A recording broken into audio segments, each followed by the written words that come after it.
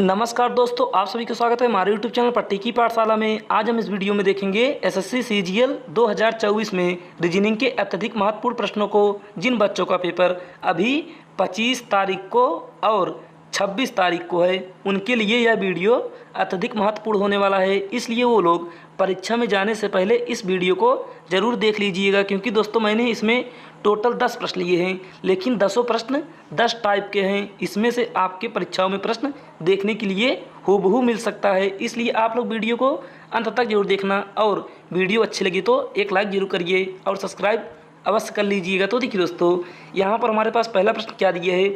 यहाँ पर दोस्तों हम पहला प्रश्न देखेंगे तो यहाँ पर दिया है, एक विशिष्ट कूट भाषा में 251 का अर्थ है वाटर इज ब्लैक। उसके बाद 509 का अर्थ है ब्लैक हर आइस। उसके बाद 981 का अर्थ है आइस लाइक वाटर। उसके बाद इज का कोड हमें बताना है। तो देखिए दोस्तों, यहाँ पर हम सबसे पहले क्या करेंगे, यहाँ पर देखेंगे कि लेटर में और संख्या में कौन कौन सा कॉमन है। तो देखिए दोस्तों, यहाँ पर हम लिखेंगे सबसे पहले 251।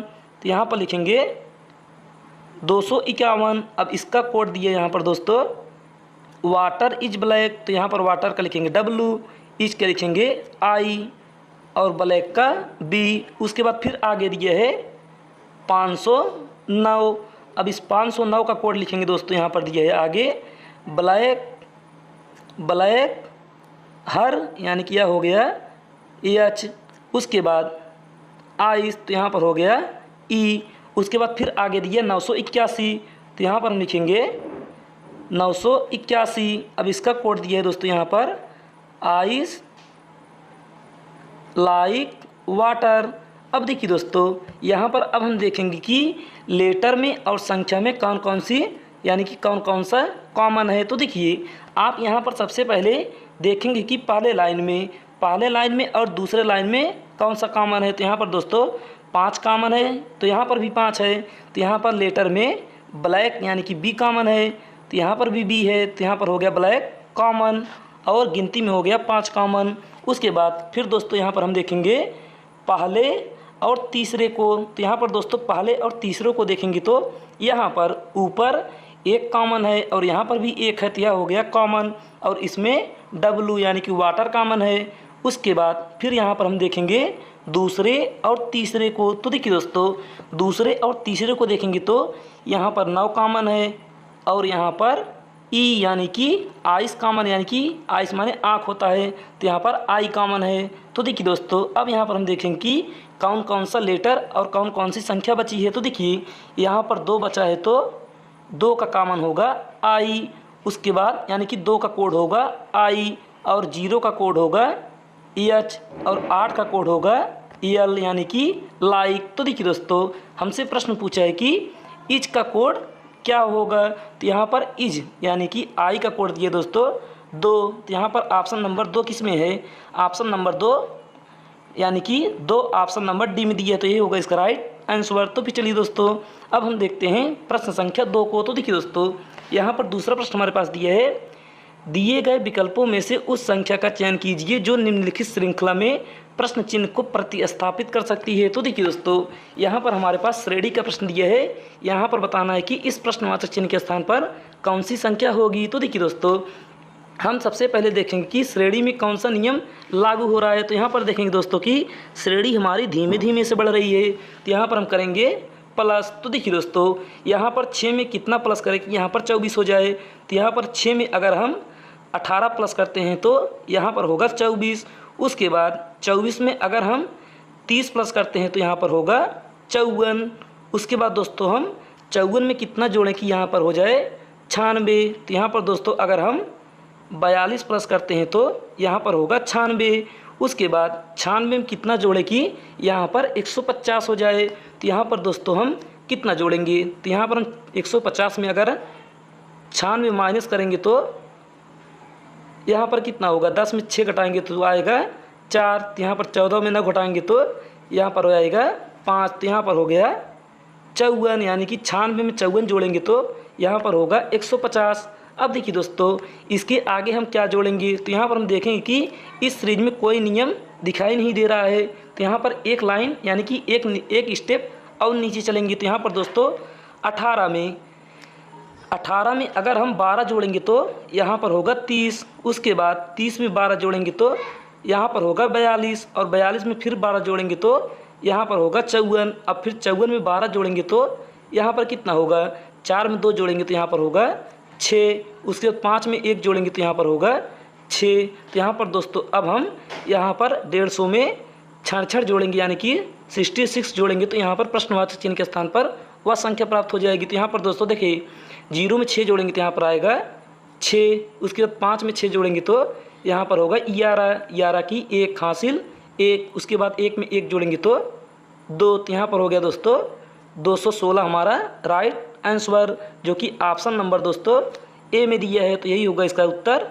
सही। तो फिर चलिए दोस्तों अब हम देखते हैं प्रश्न संख्या 3 को। तो देखिए तीसरा प्रश्न यहाँ पर दिया है, उस विकल्प का चयन कीजिए जो तीसरे शब्द से उसी प्रकार संबंधित है जिस प्रकार दूसरा शब्द पहले शब्द से। तो देखिए दोस्तों यहाँ पर हमारे पास एनालॉजी का प्रश्न दिया है, लेकिन यह शब्द वाला एनालॉजी है। तो देखिए यहाँ पर दिया है जनवरी का संबंध जिस प्रकार से 31 से है उसी प्रकार मार्च का संबंध क्या होगा। तो देखिए आप यहाँ पर सबसे पहले देखें कि जनवरी में होता है टोटल 31 दिन, यानी कि जनवरी वाले महीने जो होता है दोस्तों उसमें होते हैं टोटल 31 दिन। अब वही देखेंगे कि मार्च का महीना कितने दिन का होता है। तो देखिए दोस्तों मार्च का महीना 29 दिन का नहीं होगा, क्योंकि 29 दिन का होता है फरवरी, और 28 दिन का भी होता है फरवरी। उसके बाद यहाँ पर 30 भी नहीं होगा, क्योंकि जनवरी 31 है तो मार्च यानी कि फरवरी 28 या 29 की होगी। उसके बाद मार्च फिर 31 का होगा। तो यहाँ पर 31 हमारा राइट आंसर होगा, यानी कि ऑप्शन नंबर डी हमारा सही उत्तर होगा। तो यहाँ पर मार्च के स्थान पर आएगा, मार्च के आगे आएगा दोस्तों 31 31। तो फिर चलिए दोस्तों यहाँ पर आपने तीसरा प्रश्न भी समझ लिया है। अब हम देखेंगे प्रश्न संख्या 4 को। तो देखिए चौथा प्रश्न यहाँ पर दिया है, कितने कोण पर घड़ी की दोनों सुइयाँ 5:10 पर दिखाई देंगी। तो यहाँ पर दोस्तों हमें बताना है कि थीटा का मान। तो यहाँ पर हम घड़ी के प्रश्नों को करने के लिए थीटा का एक सिंपल फार्मूला याद कर लेंगे। तो यह फार्मूला होगा दोस्तों 30 h, उसके बाद प्लस माइनस 11/2, उसके बाद गुणे मिनट। तो देखिए दोस्तों अब यहाँ पर हम सबसे पहले लिखेंगे 30, उसके बाद h के स्थान पर लिखेंगे घंटा। तो यहाँ पर दिया है 5, तो यहाँ पर गुणा करेंगे 5 से। उसके बाद दोस्तों यहाँ पर लेंगे माइनस, क्योंकि अगर दोस्तों हमारे प्रश्न में बाह्य कोण पूछे यानी कि घड़ी की सुइयों का बाह्य कोण पूछे तो वहाँ पर हम लेंगे प्लस, अगर कुछ नहीं दिए तो वहाँ पर लेंगे माइनस। तो यहाँ पर हो गया माइनस और बटे यानी कि 11/2। अब मिनट के स्थान पर लिखेंगे 10, क्योंकि यहाँ पर दिए आगे 10 मिनट। तो देखिए दोस्तों अब यहाँ पर हम 30 में 5 का गुणा करेंगे तो यहाँ पर होगा 150। उसके बाद 2 से 10 को काटेंगे तो यह जाएगा 5 बार, और 11 का गुणा 5 में करेंगे तो यह होगा 55। तो यहाँ पर हो गया 150 माइनस 55। अब इसमें से इसको घटाएंगे तो यहाँ पर कितना आएगा, यहाँ पर दोस्तों आएगा 95 डिग्री। तो यह हो गया दोस्तों हमारा 95 डिग्री राइट आंसर, जो कि ऑप्शन नंबर बी में दिया है। तो यही होगा इसका सही उत्तर। तो फिर चलिए दोस्तों अब हम देखते हैं प्रश्न संख्या 5 को। तो देखिए पांचवा प्रश्न यहाँ पर दिया है, किसी कूट भाषा में यदि GOD शब्द का कोड 78 तथा GREAT का कोड 255 तो गिफ्ट यानी कि GIFT का कोड उस भाषा में क्या होगा। तो देखिए दोस्तों यहाँ पर गॉड का कोड दिया है 78, ग्रेट का दिया है 255 और गिफ्ट का हमें बताना है। तो देखिए आप यहाँ पर सबसे पहले GOD का लिखेंगे प्लेस वैल्यू। तो G का होगा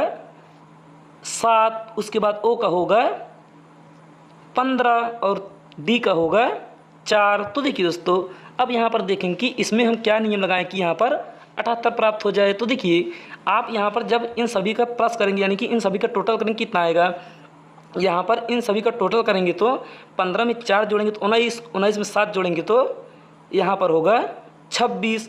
अब देखिए दोस्तों यहाँ पर टोटल लेटर कितना है 3 है, तो यहाँ पर 26 में अगर हम 3 से गुणा करेंगे तो यहाँ पर होगा 26 3 78, जो कि यहाँ पर कूट किया गया है 78। उसी प्रकार से दोस्तों हम ग्रेड का करेंगे, आप ग्रेड का करके देख लीजिए। मैं आपको गिफ्ट का बताता हूँ। तो देखिए दोस्तों, यहाँ पर जी का होगा 7, आई का होगा 9 और एफ का होगा 6 और टी का होगा 20। अब देखिए दोस्तों, अब इसे हम प्लस करेंगे, कितना आएगा?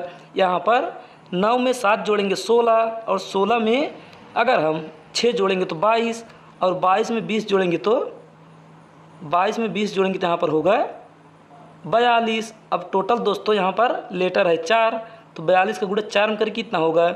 यह होगा 4 दूनी 8 और 4 चौक 16 यानी कि 168। 168 हमारे ऑप्शन नंबर सी में दिया है, तो यही होगा इसका राइट आंसर। तो फिर चलिए दोस्तों, अब हम देखते हैं प्रश्न संख्या 5 को, सॉरी दोस्तों प्रश्न संख्या 6 को। तो देखिए छठा प्रश्न यहाँ पर दिया है, कथन हमारे पास दोस्तों यहाँ पर दिया है कुछ कमरे कुर्सियाँ हैं। उसके बाद दूसरा कथन है सभी कमरे टेबल हैं और तीसरा कथन है सभी टेबल पंखे हैं। तो यहाँ पर हम लिखेंगे, सबसे पहले बनाएंगे कुछ कमरे को दर्शाएंगे के से। उसके बाद दोस्तों आगे दिया है कुछ कमरे कुर्सियाँ हैं, कुर्सी को दर्शाएंगे सी से क्योंकि चेयर। उसके बाद फिर दूसरा कथन दिया है सभी कमरे, तो यहाँ पर सभी कमरे टेबल हैं, तो यह हो गया कमरा और यह सभी है तो टेबल के अंदर आएगा, तो यहाँ पर टेबल का लिखेंगे टी। उसके बाद फिर आगे यानी कि तीसरा कथन दिया है सभी टेबल पंखे हैं, तो यहाँ पर दोस्तों दिया है टेबल।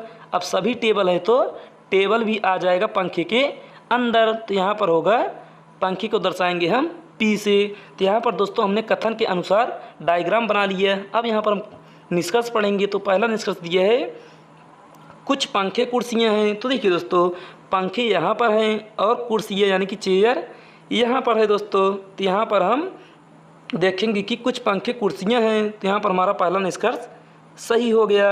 अब दूसरा निष्कर्ष देखेंगे तो कुछ टेबल कुर्सी हैं, तो यहाँ पर दोस्तों है टेबल का डायग्राम और यहाँ पर चेयर का है, तो यहाँ पर दोस्तों कुछ टेबल कुर्सियाँ हैं, तो यहाँ पर दूसरा भी निष्कर्ष सही हो गया। तो यहाँ पर हम देखेंगे कि दोस्तों दोनों निष्कर्ष अनुसरण करते हैं, तो यह हमारे ऑप्शन नंबर डी में दिया है, यानी कि ऑप्शन नंबर ई में दिया है दोस्तों। यहाँ पर लास्ट ऑप्शन दिया है दोनों 1 और 2 अनुसरण करते हैं, तो यही होगा इसका राइट आंसर। तो फिर चलिए दोस्तों, अब हम देखते हैं प्रश्न संख्या 7 को। तो देखिए दोस्तों, 7वां प्रश्न यहाँ पर दिया है अमर, अकबर और रहीम की कुल उम्र 80 वर्ष है। 3 साल पहले उनकी कुल उम्र कितनी थी? तो देखिए दोस्तों, यहाँ पर अमर, अकबर और रहीम की कुल उम्र 80 वर्ष दिया है। और देखिए दोस्तों आगे दिए 3 साल पहले उनकी कुल उम्र कितनी थी? तो देखिए 3 साल पहले, तो इनमें से सभी में 3-3 माइनस होगा, तो अमर का 3 माइनस होगा और अकबर का 3 माइनस होगा और रहीम का 3 माइनस होगा, यानी कि टोटल करेंगे तो यहाँ पर होगा 9। तो यहाँ पर 80 में अगर हम 9 माइनस करेंगे तो यहाँ पर आएगा 71।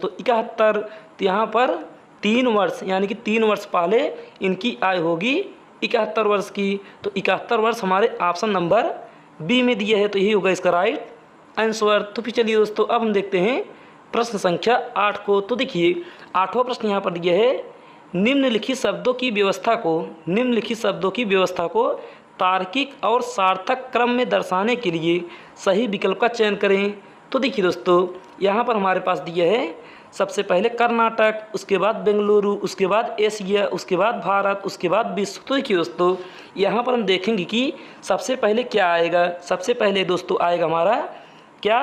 बेंगलुरु, क्योंकि दोस्तों देखिए बेंगलुरु आएगा हमारे कर्नाटक के अंदर, क्योंकि बेंगलुरु एक जिला है और कर्नाटक एक राज्य है। तो यहाँ पर सबसे पहले होगा 2, उसके बाद होगा 1, उसके बाद दोस्तों देखिए कर्नाटक आएगा भारत के अंदर, तो भारत है हमारा चौथे स्थान पर। उसके बाद भारत आएगा एशिया के अंदर, एशिया हमारे तीसरे स्थान पर। उसके बाद आएगा लास्ट में सबसे विश्व है हमारे 5वें स्थान पर। तो देखिए दोस्तों, ऐसा ऑप्शन आपको कहाँ पर दिया है, यानी कि 2, 1, 4, 3, 5। तो यहाँ पर देखेंगे दोस्तों, तो यहाँ पर लास्ट ऑप्शन में यानी कि ऑप्शन नंबर डी हमारे पास दिया है 2, 1, 4, 3, 5, तो यही होगा इसका राइट आंसर। तो फिर चलिए दोस्तों, अब हम देखते हैं प्रश्न संख्या 9 को। तो देखिए दोस्तों, 9वां प्रश्न यहाँ पर दिया है हमारे पास। 9वां प्रश्न है दोस्तों, दिए गए शब्दों में कौन सा व्यंजन आरेख सबसे उचित संबंध दर्शाता है? तो देखिए दोस्तों, यहाँ पर दिया है पशु, गाय, कुत्ता। तो देखिए दोस्तों यहाँ पर हम सबसे पहले बनाएंगे पशु का चित्र। उसके बाद अब यहाँ पर देखेंगे कि गाय का संबंध पशु से है कि नहीं। तो यहाँ पर दोस्तों सभी गाय पशु होती हैं, तो यहाँ पर होगा गाय अंदर पशु के। उसके बाद कुत्ते का संबंध देखेंगे तो गाय से किसी प्रकार से नहीं है, लेकिन पशु कुत्ता भी हो सकता है, तो यहाँ पर आएगा पशु के अंदर कुत्ता। तो देखिए दोस्तों ऐसा वेन डायग्राम आपको कहाँ पर दिखाई दे रहा है, तो ऐसा दोस्तों ऑप्शन नंबर सी में दिए, तो यही होगा इसका राइट आंसर। अब दोस्तों हम आज का आखिरी प्रश्न देखते हैं, लेकिन दोस्तों आपको मैं यह HW में दे रहा हूँ, यानी कि होमवर्क के रूप में। आप इसका उत्तर हमें कमेंट में बताएंगे। इसके लिए आपको मैं 30 सेकंड दे रहा हूँ। तो फिर चलिए दोस्तों अब हम इस प्रश्न को अगले वीडियो में हल करेंगे। आज के लिए बस इतना ही, धन्यवाद। आप इसका उत्तर कमेंट में ज़रूर दीजिए। इसके लिए मैं आपको 30 सेकंड दे रहा हूँ।